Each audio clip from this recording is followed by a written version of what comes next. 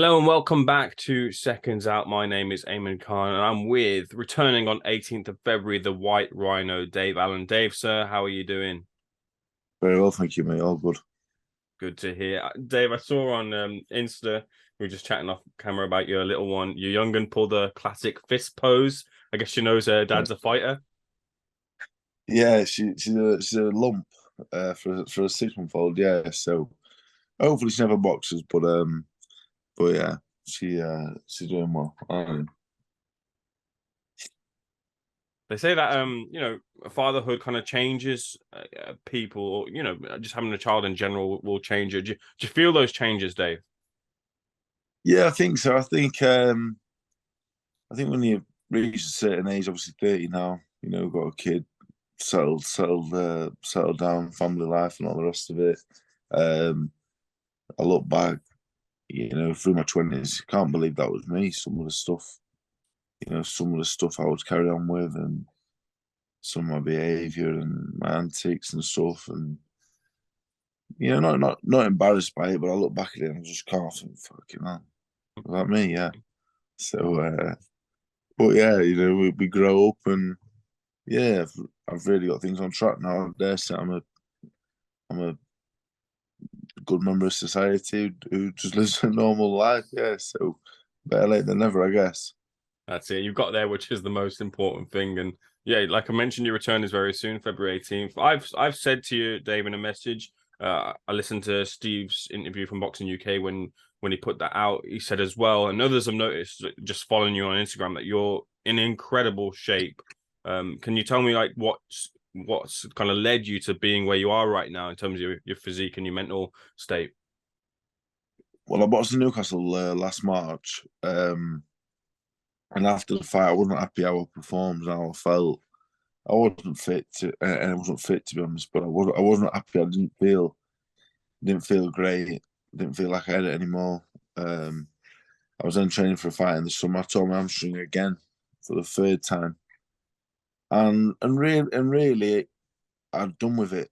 Like I said, I changed the first time and I retired and that big hoo ha and all the rest of it. But this time, I was just done. I just thought it's done. Now it's over. I was, thinking about what to do next, and I had the baby. I had a few months with the baby and stuff, and I was in a bad way physically. I was in bad shape, and it's in a local fella called John Watton. Been watching stuff on social media, and I thought, yeah, he looks interesting. He looks like a smart fella. I thought, let's go and get fit. So I got in touch with him, went down, did a session, and I just kept going week after week, kept going. Stuck to the running he gave me. I stuck to the diet probably for the first time ever. I actually followed a food plan with John Clark, and after 5 or 6 weeks, I started thinking, I feel feeling quite well. I thought, right, it's going for a bit longer. I thought, right, I feel good. And fast forward to now, I've been training for 17, 18 weeks now. But it's all learning as a coach now as well. I'm starting to have a better idea of things, and I've never been fitter. I don't think I've ever been fitter than I am now. But yeah, February 18th will be what it'll be, and it's about the one after that and the one after that. So physically, mentally, all that stuff. I never felt better. So as far as the boxing goes, I don't know what's left. Don't know how good I was in the first place, but whatever's there, we'll see now. So I'm looking forward to it. Dave, you mentioned that you have these injuries and they really put you off and make you feel like you don't want to do it anymore. We kind of see you in interviews and you kind of say like, "Oh, I'm retired, I'm not retired," or where I am with it. But we Yeah. didn't hear like the reasons behind it. Maybe sometimes it's perceived as kind of where you at kind of mentally with it. So is it the injuries more the side of it more of a factor as to why you make the decision to not fight? Well, after the Lucas Brown fight, it was always downhill after that. To be honest, I had the David Price fight. I was in London Monday to Friday. I ended up going to New York for the Joshua fight, and people always say Dillian was a character and all the rest of it, but I was actually quite a recluse really and shy, and the build up for the Price fight, August got a bit too much for me really. I'd just turned 27, and it was all too much for me, to be honest. Probably got a bit too big for my boots. My head was up my arse. I had a lot going off at the time, and the prize fight happened. I had some bad injuries in that fight. Really, probably, I don't know if you call them injuries. I had concussions and other things, and I probably rushed back into things boxing. I boxed during darts February 2020. Probably rushed into that, and then I was just a child, to be honest. All through my 20s, I was just a big kid. I spent a hell of a lot of time on my own. I was just playing a character really the whole time. It was me, but I wasn't. I've never really been that confident, and the pride, it all got too much for me really. And then 2020, the Dubois, I went to watch Dubois for a lot of money, and that didn't happen. And I started to feel I was getting a bit bitter towards everything, getting bitter towards people, and then the Chris Lovejoy stuff and the fallout from that. I retired. I regret all that now because it was silly, really. I should have just said fuck you to a few people, had a bit of time off, and just carried on doing what I was doing. But I didn't. I didn't have. I didn't. You know what it was? I didn't. I was a kid, just a big kid. Just things weren't getting my way. I wouldn't talk to anyone. Jamie was training me at the time, and I loved Jamie. But I wouldn't let anyone in or listen to anyone. I'd just do my own thing, and I regret it now, but it's been and gone. So I'm just glad that I kind of, sort myself out when I have. Yeah. Because if it had took me till I was 40 and it was all gone, I'd be heartbroken. At least I'm going to get another crack at it with a new frame of mind, and get to be physically fit and all the rest of it. So at least I'm getting another go around. Yeah, I'm glad you are. I'm glad you're open about it. I will say though, on a level, like you've always come across as authentic, and I never felt that coming through in your interviews or speaking to you in the past about kind of where you kind of were when you say that you kind of your head was up your ass and things like that. I never kind of felt that way, but that's a conversation, Dave, maybe for another day. Let's look forward. The British title, I feel that's something maybe you're gunning for. Fabio Wardley holds that. How far away do you think that is? Do you think that's this year? It's impossible to say. I've been really fit. I've sparred. I've sparred 3 times. I sparred Jack Massey, and I sparred Will Howe. He's a very, very good. He got a few European medals in the amateurs. I think he's only 2021. So I've done some spars with them. I feel like it's still there, but it's a long way back, to be honest. We're having some problems getting opponents passed by the boxing board. We tried with Pavel Sauer, Dominic Musil.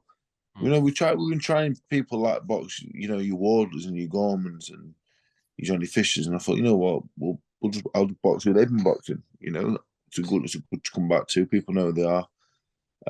Just trying to do the same job that they've done. And the boxing board has just said that I'm title class. I'm a title level boxer. So we don't have an opponent yet for the 18th. So it's nice. I've not been title level since 2019. I've not gone past 2 rounds since 2019. So it's difficult. I think I've been sparring and training. I think I'm as good as I ever was. How good that was, as people always say, they're not sure, but I feel better than I ever did. But physically and and there's loads of factors go into it. Am I as good as I was before? And I don't know. I've got loads of questions. I'm, being honest about it. I'm worried myself. I don't know. I'm not worried about getting it. I'm not worried about all the rest of it. I'm worried about getting in there and just not being there really. So all the worries that every boxer has, but it's been 4 years since I was in a real contest. Where I thought I could get beat. So still waiting for the opponent, and it's difficult on small hall. You're not getting paid,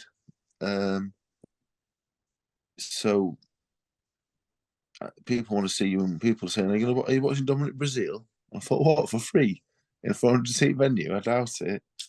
But, so yeah, I think things are hard. I've got a kid now, you know, I was never bothered about the money before, but now financially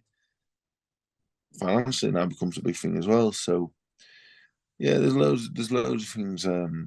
Boxing's hard, mate. You know, it's hard, and the time I had off was the best time I had in my life. Mhm. I weren't worried about finding opponents. I weren't worried about what I was getting paid for this. I weren't worried about who was calling me out. So, you know, that stresses about now. But I'm older and can handle it a bit better. But at the same time, boxing's made hard because of opinions of others. That's what makes it hard. Trying to please everyone. I've always been a people pleaser, and even though I'm older and more mature now, still a people pleaser. Mm. So yeah, hopefully we get something sorted for the 18th. Then after that, I would love to box Fabio Wardley, Alan Babbage, you know, Josie Parker. I would love to, but would I beat him? I don't know. I'm not here to call anyone out or saying I can beat him or him, because at this very moment in time, as I sit here, I don't know if I'm capable of beating anyone. So we'll have to see. February 18th, I'll answer a lot of questions, not just for everyone else, but for me as well. To be honest, I've got a lot of questions that I need to answer myself. Dave, just on that point, then hopefully you get the opponent on the 18th and you're out. Do you look to then maybe have that sort of fight where you have a set up into maybe Wardley, look at that English title level and then go into that? And the other side of it as well is like Fabio wants a fight in Ipswich, which is his hometown. I can't think of too many who would fit the bill as a headliner with him than yourself. Yeah, I'm happy to watch Fabio Wardley whenever. You know, people always say like February 18th, a few names have been mentioned to me. Hmm. Him over 6 rounds for free, for free, or a 3 or 4 figure purse, small. No, I won't box him. Hmm. Do you know what I mean? But I boxed Luis Ortiz. Dillian Whyte, all of them. If the reward fits the risk, I'll box anybody. I'm not bothered, but I'm going to be smarter now. You know, I've got a family, so it's difficult. I'll box Fabio Wardley tomorrow, Yeah. if the money's right. You know, I boxed Deontay Wilder, Fury, and Joshua on the same day.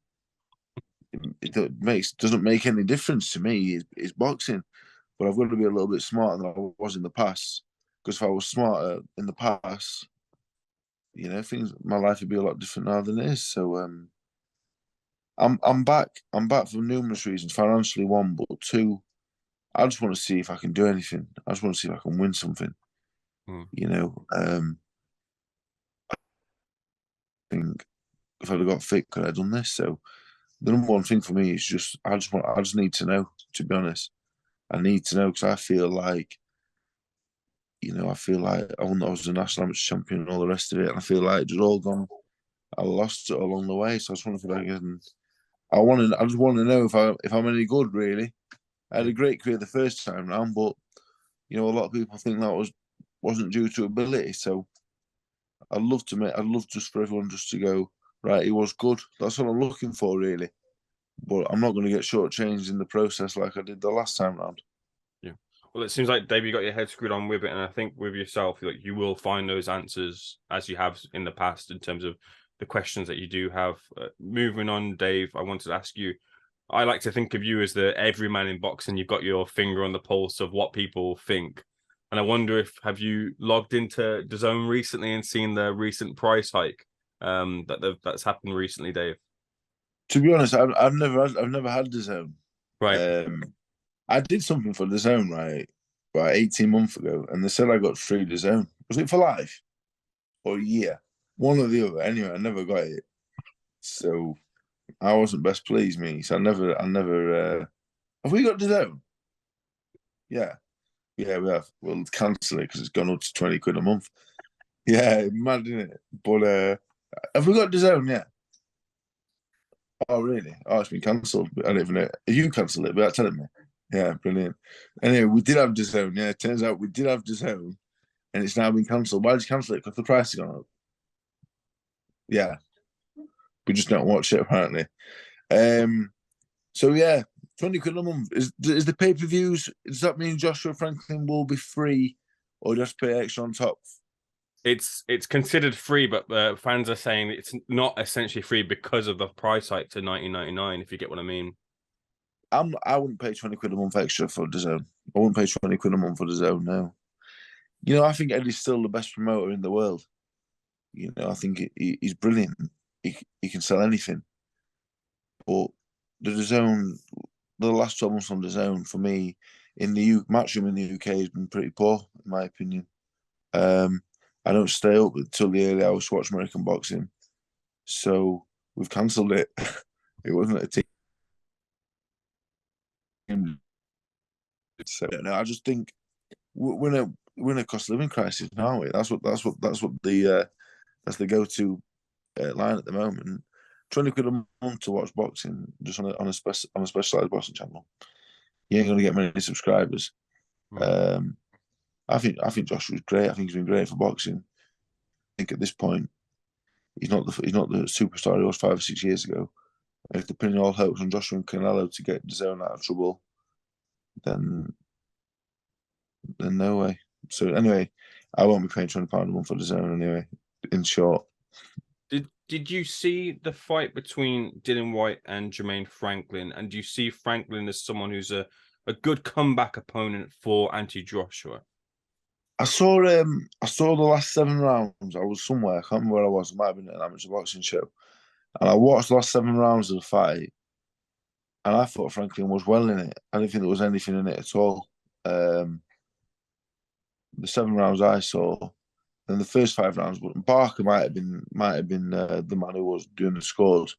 So if you added the first 5 rounds up that Barker gave and the last 7 of mine, I think I had it probably level.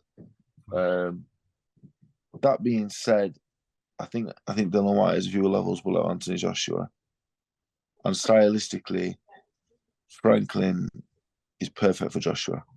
Yeah, you know, I thought he was very good. I thought Franklin was good, really good boxer, clever, but he's just a bit of a sitting duck.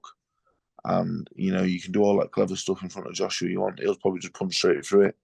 The Joshua 4 or 5 years ago just punched straight through that. So while I think Franklin's a good fighter, and I'm not knocking the match. I think Joshua will probably go straight for him in a couple of rounds.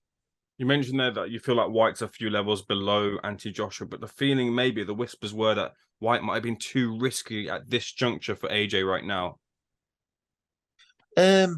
Well, I think Dillian Whyte has been an absolute warrior the last. I boxed in 2016, and then from there, he literally just went and boxed everyone. Parker, Chisora. These are hard fights. I laugh at me because people say to me, Dave Allen shouldn't be boxing. He's had some terribly hard fights. Look at Dillian Whyte and David Chisora. These men have been in way better fights than me at a higher level. So it takes its toll. And against Franklin, it didn't look the same. Whereas Joshua against Usyk the second time, I thought Joshua boxed well.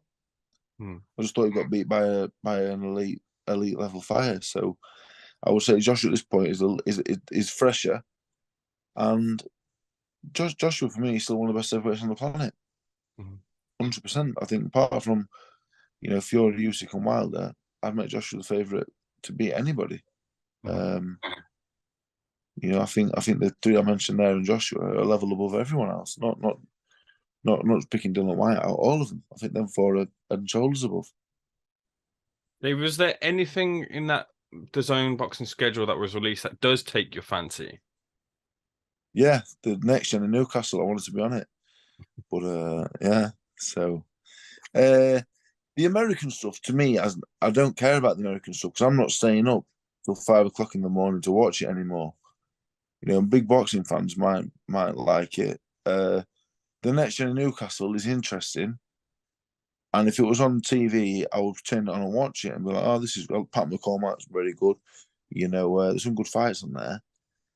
But to pay £20 a month, and then for me to turn around and say, "Interesting, that next gen show," and that's only because I'm a big boxing fan.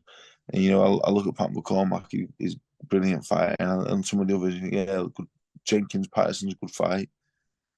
But it don't make me think I'm going to pay £20 just to watch that. Lee Wood-Lara is a brilliant fight. But to be honest, at this point in my life, I just don't care enough to want to pay to watch boxing in general, really.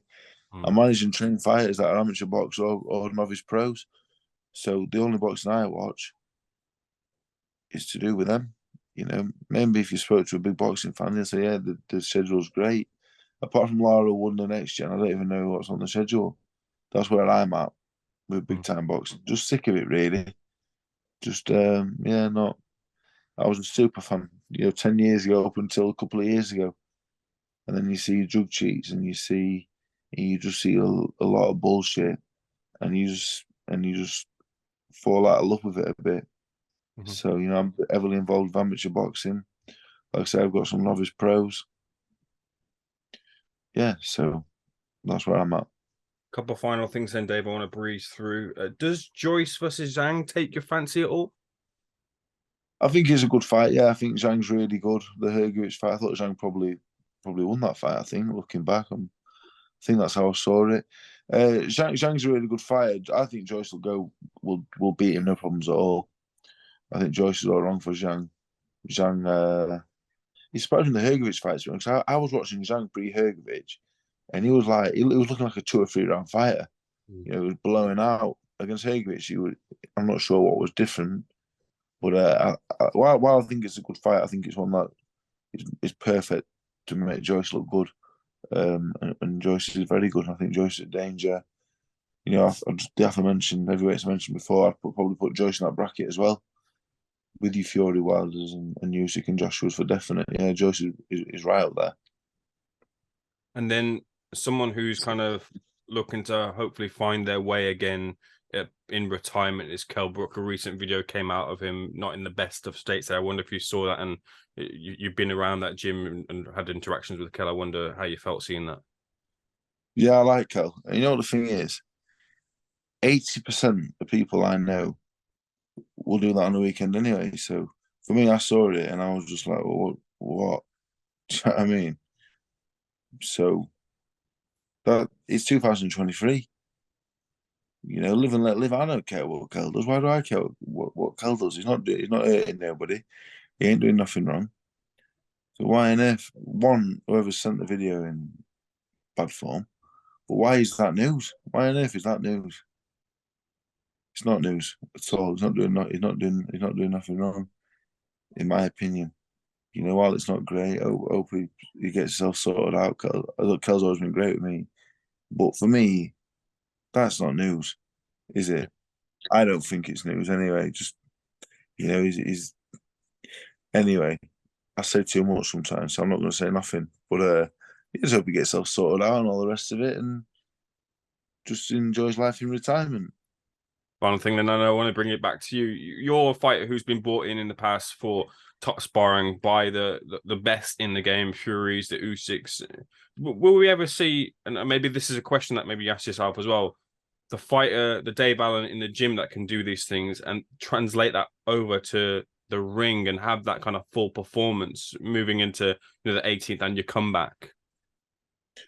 Yeah, I think I've got a newfound maturity as a boxer as well. I've been coaching a lot now. The last 2 or 3 years, I've been coaching a lot, and I feel like that's really improved me as a boxer. Like I said, I was a national amateur champion. I had a place on the Great Britain boxing team, the development squad only, but still, I only had 10 amateur fights. So the talent was I always had the talent, but I never, you know what it was? I was a bit of a bottle job merchant, really, when the bell went, and I wouldn't box. I would just swing, and I would just do the bare minimum to try and win, if that makes sense. Mm. And the brave thing to do as a boxer is to box and to move and to use skill. And because I wasn't fit and I was taking shortcuts, I was having to rely on being tough. I've never been tough, to be honest. I didn't ever see myself as, people say he had a great chin, he was tough, he was hard man, and all this. I never saw myself in that way at all. I was never that way growing up, and I still don't picture myself that way now. I was clever defensively, and if you rewatch fights with Whyte and Ortiz, I got hit with a few, but I wasn't getting it as much as people thought. I was good, but I just think, I'm just hoping I can just keep that maturity, keep my head on my shoulders, and now I'm fit and I can box. So I think I can box as good as everywhere on the planet, to be honest. And if you ask Fury and Usyk the same, they would tell you exactly the same thing. They'd tell you I'm a brilliant boxer. But finding that maturity and that mental strength and the capacity to hold myself together round after round under pressure and under stuff is a different question. And that's what I can't answer you. And am I as tough as I was before? Even though, as I was saying, I don't think I was the toughest man in the world. Am I as tough as I was before? Am I as hungry as I was before? Do I take a shot the same? All questions that I can't really answer you right now. But I feel like if I can, I think I can be involved in some big fights this year and next. My plan is to box for the next 3 or 4 years because I love it. There's nothing I love more. I don't think I'm going to be world champion. You know, I think I can challenge for domestic honours, but I'm gonna box. I'm just gonna box because it's what I love to do, and people can say what they want. You know, I want to win some and lose some the next couple of years. That's how it's going to be. But I just want to enjoy it, and I want to send my child to the best school I can, and I want to give her nice things. And boxing is all I know. You know, it's been 3.5 years since I watched David Price, and I've hardly earned a penny in the 3.5 years. You know, I don't know anything else. I was doing one-to-one personal training for a while and other stuff, and I don't know anything else. You know, I come back to boxing every time. Like I was on about Kell earlier. I don't have anything else. You know, I'm quite a smart fella. I could probably find something else, but there's nothing else I want to do. So that's why I've got fit, so I can just prolong my time doing it. Yeah. So we'll see anyway. Hopefully, fingers crossed, things go well, and we talk again in a couple of months' time, and we're getting ready for a big fight. Fingers crossed indeed over this side as well. You're always great conversation and great finger on the pulse of things, and good to hear from. I hope you get that crowning moment, hopefully as well this year or in the future. Dave, a pleasure speaking to you. Looking forward to seeing you back out on the 18th.